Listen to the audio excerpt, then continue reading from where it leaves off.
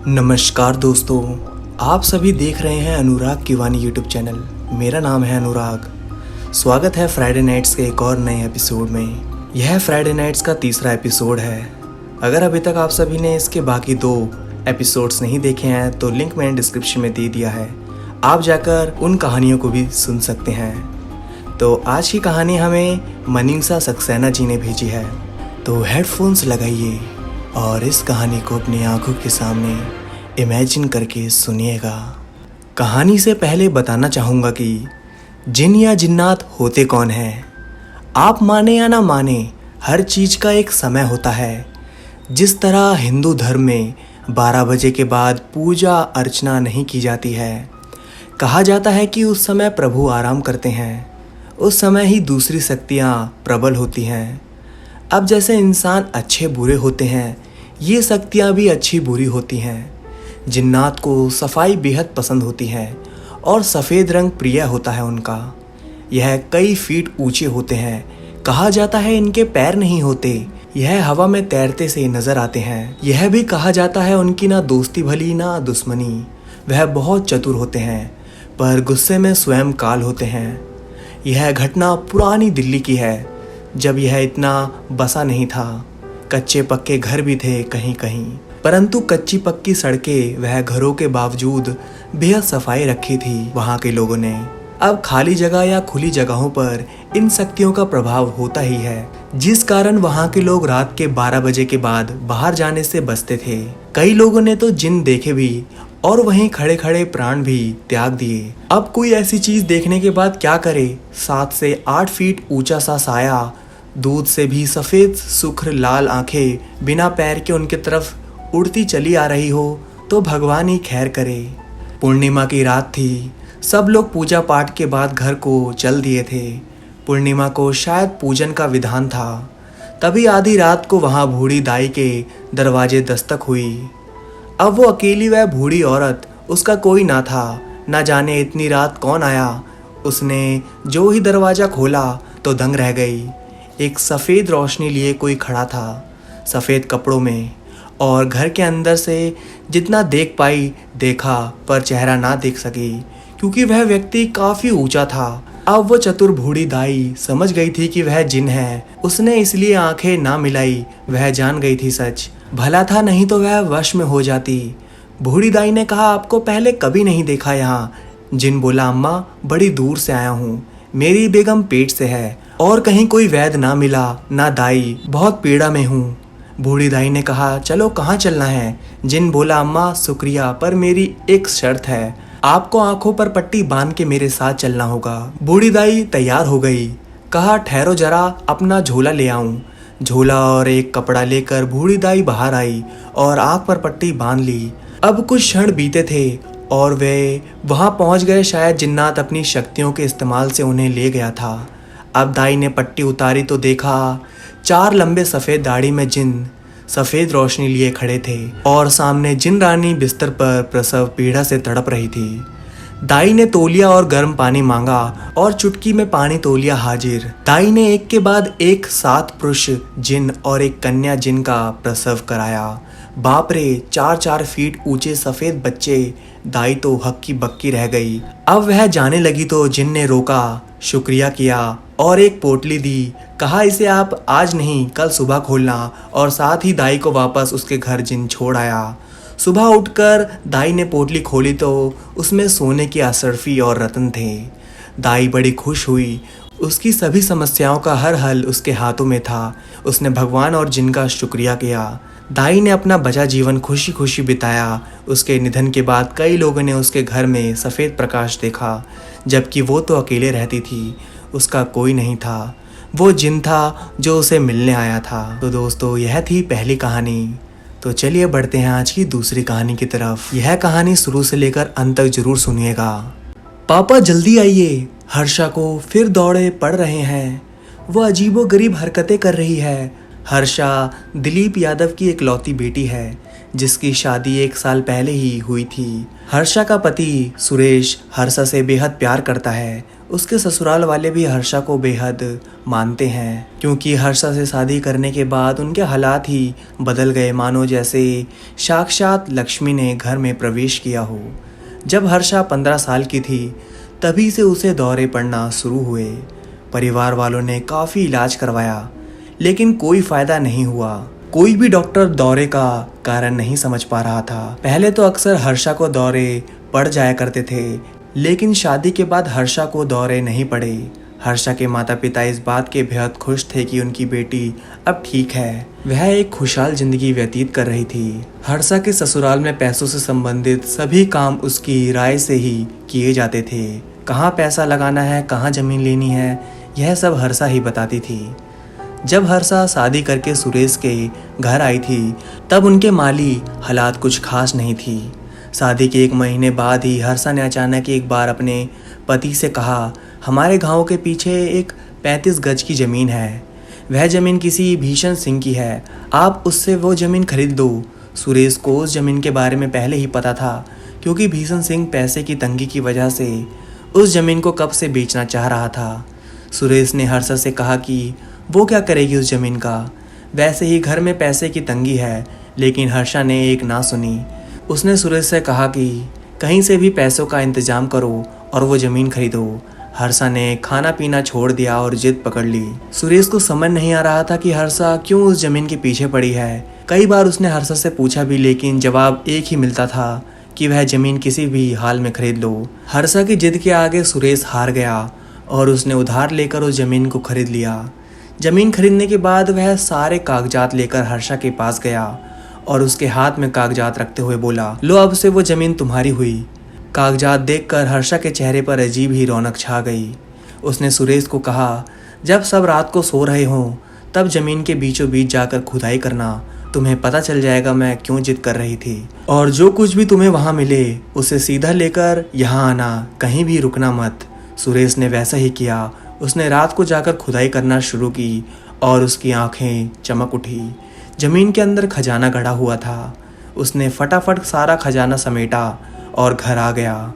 उसने हर्षा से कई बार पूछा उसे कैसे पता था कि उस ज़मीन के अंदर खजाना गड़ा हुआ है। हर्षा ने बताया कि उसे पता चल जाता है, उसे चीज़ें दिखती है।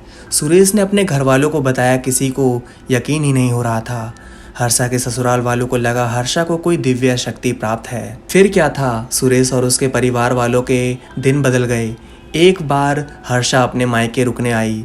कुछ दिन तो सब ठीक रहा, लेकिन एक दिन अचानक रात को हर्षा को फिर दौरा पड़ा और वो अजीबोगरीब हरकतें करने लगी। उसके कपड़े अस्त व्यस्त हो गए। हर्षा के भाई ने देखा। उसने अपने पिता को आवाज़ लगाई। उस वक्त घर में हर्षा का कोई दूर का रिश्तेदार भी मौजूद था। वो सब हर्षा के कमरे में पहुंचे। हर्षा को देखकर सब डर गए, क्योंकि वो बहुत डरावनी नजर आ रही थी। हर्षा के रिश्तेदार ने दिलीप यादव हर्षा के पिता से कहा, ये कोई ऊपरी चक्कर है, हमें किसी तांत्रिक बाबा को बुलाकर लाना चाहिए, वो ही इसे ठीक कर सकते हैं। वह जाकर गांव से तांत्रिक को ले आए। तांत्रिक के कहने पर सबने हर्षा को पकड़कर रस्सी से बांध दिया ताकि वह हिल ना पाए, और तांत्रिक ने मंत्र पढ़ना शुरू किया। थोड़े मंत्र पढ़ते ही अचानक हर्षा जोर से चिल्ला उठी और अपनी रस्सी तोड़ दीवार से जाकर चिपक गई। अब उसके घर वालों को यकीन हो गया कि हर्षा के अंदर जरूर किसी प्रेत का साया है। तभी हर्षा के अंदर से किसी पुरुष की आवाज़ आई, क्या चाहते हो तुम लोग, क्यों मुझे हर्षा से अलग करने पर तुले हो। तांत्रिक हर्षा के अंदर से आई उस पुरुष की आवाज़ से पूछता है, तू कौन है और क्यों आया है इस बच्चे के अंदर, इसे छोड़कर निकल जा वरना तेरे लिए अच्छा नहीं होगा। हर्षा के अंदर से आवाज़ आती है, मैं एक जिन हूँ और कई सालों से मैं हर्षा के अंदर ही रह रहा हूँ। तांत्रिक जिन से पूछता है, वह कब और क्यों आया हर्षा के अंदर। जिन बोलता है, एक बार हर्षा अपने स्कूल के बाहर वाले पेड़ के नीचे खड़ी थी। मैं उसी पेड़ पर बैठा हुआ था, मुझे वो बहुत पसंद आ गई तो मैं उसके अंदर चला आया। तांत्रिक ऊंचे स्वर में जिन से बोलता है, छोड़ दे इस बच्ची को, और कुछ राख जैसा हर्षा पर फेंकता है। तभी हर्षा दीवार से नीचे उतर आती है। जिन बोलता है, मैंने क्या बिगाड़ा है तुम सबका, आज तक किसी को कोई नुकसान नहीं पहुंचाया, हर्षा की शादीशुदा जिंदगी में भी कभी दखल नहीं दी। जिन हर्षा के माता पिता से बोलता है, याद है आपको जब हर्षा की शादी तय हुई थी, आप दोनों पैसे को लेकर कितना परेशान थे, कैसे होगी शादी यह सोच सोच के आपको नींद नहीं आती थी। एक रोज जब आप सुबह उठे, वो 6 लाख रुपए कौन आपकी चारपाई के नीचे रख के गया? क्या लगता है आपको रातों रात कहाँ से आए पैसे? और वो जो आपकी ज़मीन नहीं बिक रही थी सालों से, अचानक एक दिन किसी ने आकर दुगने दाम पर उसे खरीद लिया। क्या लगता है ये चमत्कार कैसे हुआ होगा? ये सब मेरी देन है। हर्षा की शादी के बाद उसके ससुराल वालों के हालात एकदम से बदल गए। मैंने हमेशा हर्षा को दिया है, आप सबको दिया है, कभी किसी का बुरा नहीं किया। फिर क्या परेशानी है आप लोगों को मुझसे? यह सब सुनकर दिलीप सिंह भौचक्के से रह जाते हैं। वह जिनको बोलते हैं हर्षा को जो दौरे पड़ते हैं वो ठीक नहीं, कभी किसी के सामने पड़ गया तो क्या इज्जत रह जाएगी उनकी। जिन बोलता है यह समस्या तो मैं वादा करता हूँ कभी बाहर प्रकट नहीं होऊंगा। मेरे बाहर आने से ही हर्षा को दौरे पड़ते हैं। मैं चुपचाप हर्षा के शरीर में रहूँगा, कभी नहीं देखूंगा किसी को। और ये एक जिन का वादा है, अगर मैंने अपना वादा तोड़ा तो उसी वक्त मेरा अस्तित्व खत्म हो जाएगा। और फिर भी आप लोग नहीं माने तो बाहर आने के बाद मैं आप सबको बर्बाद कर दूंगा, किसी को नहीं छोड़ूंगा। जिनकी बातें सुनकर सारे घर वाले डर जाते हैं और तांत्रिक से सलाह लेते हैं कि उन्हें क्या करना चाहिए। तांत्रिक उन्हें बताता है कि जिन अपने वादे के पक्के होते हैं, अगर मैंने इसे बाहर निकाला तो ये हम सबको मार डालेगा। किसी के पास कोई चारा नहीं बचता सिवाय जिन की बात मानने के, और सब जिन की बात मान लेते हैं। कहते हैं उसके बाद कभी जिन बाहर प्रकट नहीं हुआ और वर्षा ने एक सुखी जीवन व्यतीत किया। हर्षा की मृत्यु 80 वर्ष में हुई, उसके बाद यह राज जाहिर हुआ। हर्षा की मृत्यु के बाद वह जिन कहाँ गया किसी को नहीं पता। तो दोस्तों यह थी आज की दूसरी कहानी। चलिए बढ़ते हैं आज की तीसरी कहानी की तरफ। मैं घर पर अपनी छोटी बहन नैन्सी को अक्सर डरावनी कहानियाँ सुनाकर डराया करता था।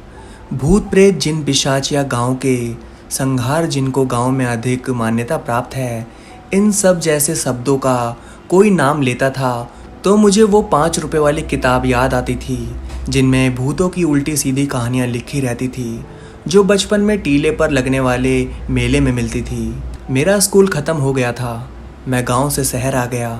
कॉलेज में आगे की पढ़ाई करने के लिए मेरा गांव बलरामपुर ज़िले से कुछ ही दूर है। वैसे तो मैं इन सब चीज़ों में भी विश्वास नहीं करता हूँ, पर अम्मा और बाबूजी की इच्छा थी कि हम ब्राह्मण थे तो रहने के लिए किसी ब्राह्मण के ही यहाँ रूम भी मिल जाता तो बहुत अच्छा होता। वैसे तो मेरा कोई खास मकसद नहीं था कि हाँ ब्राह्मण के यहाँ ही रूम मिले, पर किस्मत से तुलसीपुर रोड पर हृदय राम पंडित जी के यहाँ मुझे एक रूम पसंद आया। क्योंकि बलरामपुर छोटा शहर था तो यहाँ किराया उतना महंगा नहीं था, लेकिन 3000 फिर भी यहाँ के लिए बहुत महंगा था। पर मुझे पैसे की कोई ख़ास समस्या नहीं थी, इसलिए मैंने पांडे जी के यहाँ रूम ले लिया। ऊपर से पांडे जी की लड़की प्रतिभा भी मेरे ही कॉलेज में पढ़ती थी, तो उससे मेरा रूम लेने में और भी दिल लग गया। अब कॉलेज का दिन शुरू। सुबह 8 बजे उठकर मैं क्लास भागता और दोपहर को 12:30 बजे घर आता। विद्यार्थी जीवन में सबसे बड़ी समस्या रहती है खाना। दोपहर में मैं थका हुआ घर आता तो कभी बना के खाता तो कभी वैसे ही जूते फेंक कर बेधड़क सो जाता। दिन भर की सबसे अच्छी बात होती जब शाम को मैं छत पे जाता तो पांडे जी की लड़की प्रतिभा पांडे छत पे कपड़े लेने आती। मैं किताब की आड़ में उसे ताड़ता तो वह भी कपड़े की आड़ में मुझे देखकर शर्माती। तो यहाँ तक की कहानी सिर्फ ध्यान आकर्षण के लिए है। वैसे तो मैं मंदिर कम जाता था, पर कुछ दोस्तों के साथ 1-2 बार पुरानी तालाब के पास से गया तो मुझे अच्छा लगने लगा। अब मैं अक्सर वहाँ जाया करता था। उस दिन भी मैं वैसे ही गया था। मैं तालाब के पास बैठा था। तब तक तो सब कुछ ठीक था। मैं वापस आने के लिए पलटा तो जैसे तालाब में किसी ने पत्थर फेंक दिया हो।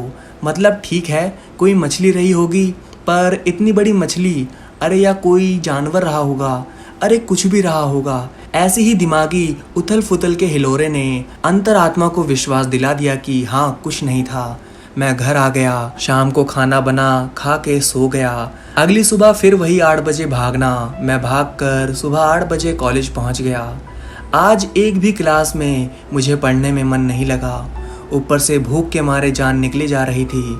आज जाकर आलू के परांठे बनाऊंगा। यही सब सोचते सोचते मैं घर की ओर जा रहा था कि अचानक से मुझे याद आया आज मैंने घर का दरवाज़ा खुला ही छोड़ दिया था। मैं जल्दी से अंदर गया। फिर मैंने जो देखा तो मेरी आंखें खुली रह गई।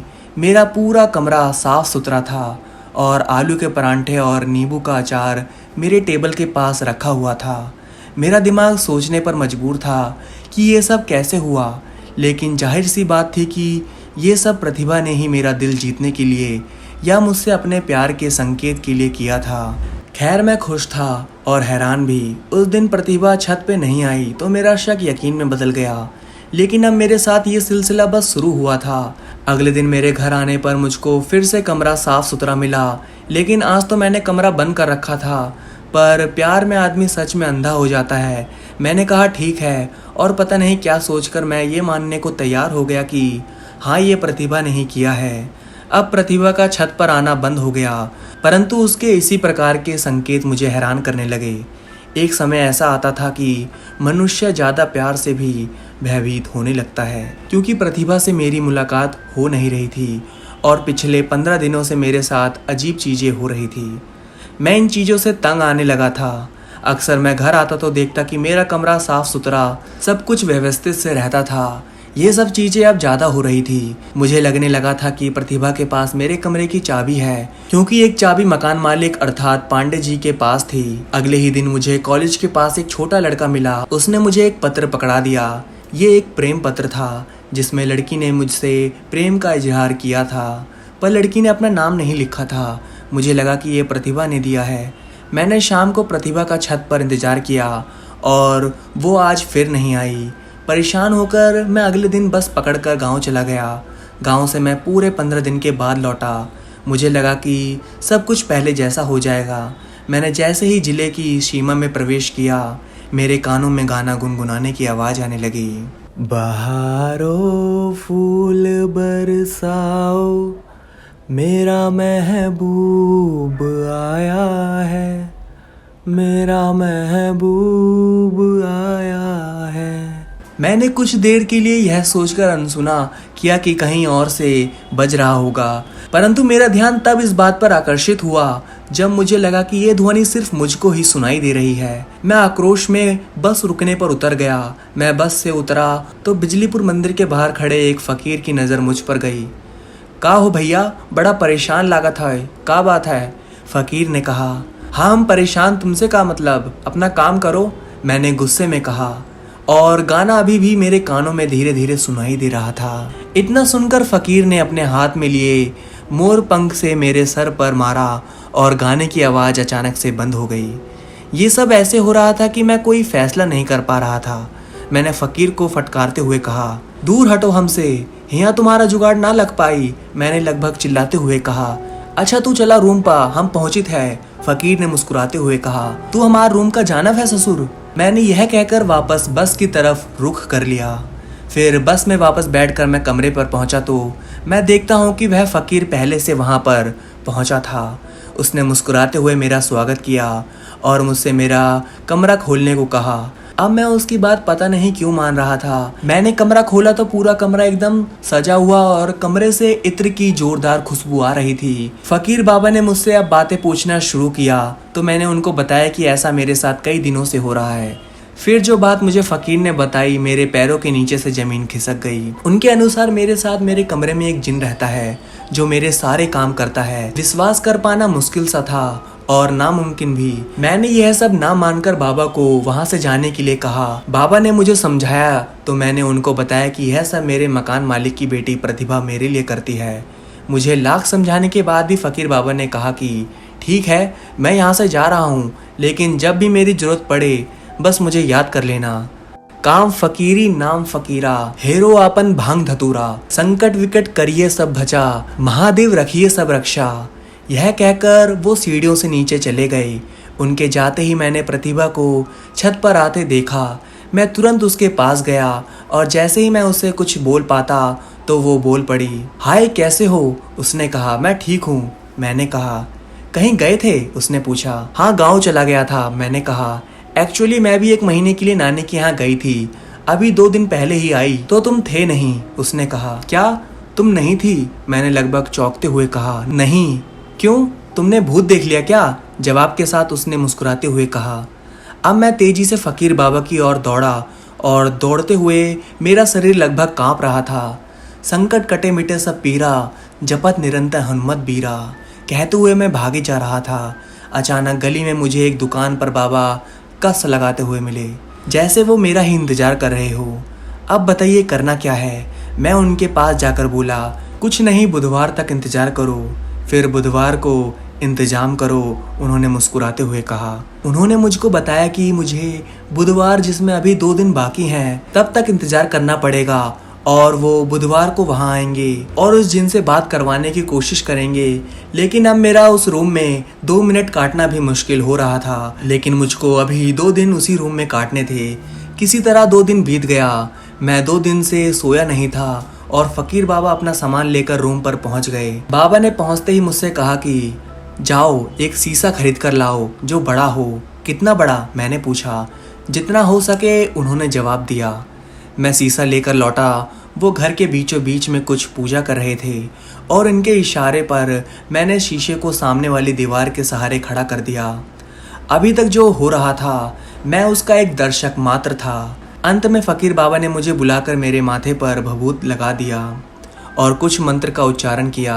फिर जो हुआ वो देखना शायद ज़िंदगी में सबको नसीब नहीं होता है, क्योंकि सामने वाले शीशे में एक बला की खूबसूरत तस्वीर छप गई और वो महज एक तस्वीर नहीं बल्कि जिंदा तस्वीर थी। बाबा ने उससे पूछा, कौन हो तुम? अपना परिचय दो, तेज आवाज़ में। मैं एक जिन हूँ, बहुत ही मीठी आवाज़ में उत्तर प्राप्त हुआ। यहाँ क्या करने आई हो और कैसे आई हो? बाबा ने प्रश्न किया। फिर उसने बताया कि मैं तालाब के पास जब जाता था तो वो मुझे अक्सर देखती थी और वो तालाब के अंदर रहने वाली एक जिन है। मैं उसको पसंद आ गया था, सिर्फ इसलिए वो मेरे साथ चली आई और रहने लगी। उसने अपना नाम जैस्मीन बताया। बाबा ने उसको समझाया कि उसका और मेरा रिश्ता असंभव है, परंतु उसने बोला, प्रेम की कोई सीमा नहीं होती। ये बात कहकर मेरा भी दिल जीत लिया। तुम तो जिंदा भी नहीं हो और ये लड़का अभी जिंदा है, इसका और तुम्हारा संबंध असंभव है। बाबा ने उसे समझाते हुए कहा, तो क्या हुआ, एक ना एक दिन तो मर ही जाएगा। उसने एक ही बार में कह दिया। अब ये बात सुनकर मेरी रूह कांप गई। हालांकि उसने मुझे गलत नहीं कहा, परंतु मुझे उसके इरादे सही नहीं लगे। लड़का अभी समझदार नहीं है, परेशान हो जाएगा, बाबा ने समझाते हुए कहा। नहीं, मुझे इस लड़के से मोहब्बत है और मैंने तो इसको परेशान भी नहीं किया। मैंने अपने आप को इसी कमरे तक सीमित रखा है और यहीं पर इसके साथ रहना चाहती हूँ। उसकी खूबसूरती कमाल की थी। शीशे में उसके होठ मुझको साफ साफ दिखाई दे रहे थे। उसकी नाक के ऊपर का कुछ नहीं दिख रहा था। शायद इसलिए बाबा ने मुझको बड़ा शीशा लाने को कहा था। लाख कोशिशों के बाद वह इस शर्त पर जाने को तैयार हुई कि मैं उसको एक बार जाने के लिए कह दूँ। मैंने उसको सामने आकर जैसे ही कहा, तुम यहाँ से चली जाओ, शीशे से तस्वीर गायब हो गई और मेरे कानों में फिर से गाने की आवाज़ आने लगी। अब की बार आवाज़ थी, तेरी गलियों में ना रखेंगे कदम आज के बाद। तब के दिन से आज 7 साल हो गए थे। उसने मुझे कभी दोबारा नहीं याद किया, जब तक मेरे कानों में आज ये आवाज़ दोबारा नहीं बजने लगी। ढोल बजने लगा, गाँव सजने लगा, कोई लौट के आया है। तो दोस्तों, यह थी अंकित मिश्रा की कहानी। कहानी बस यहीं ख़त्म होती है। तो अगर आप सभी को भी अपनी कहानी मुझे भेजनी है तो डिस्क्रिप्शन में दिए इंस्टाग्राम आईडी और व्हाट्सअप नंबर पर आप मुझे अपनी कहानी भेज सकते हैं। तो मैं आप सभी से मिलता हूँ नेक्स्ट वीडियो में। तब तक के लिए धन्यवाद।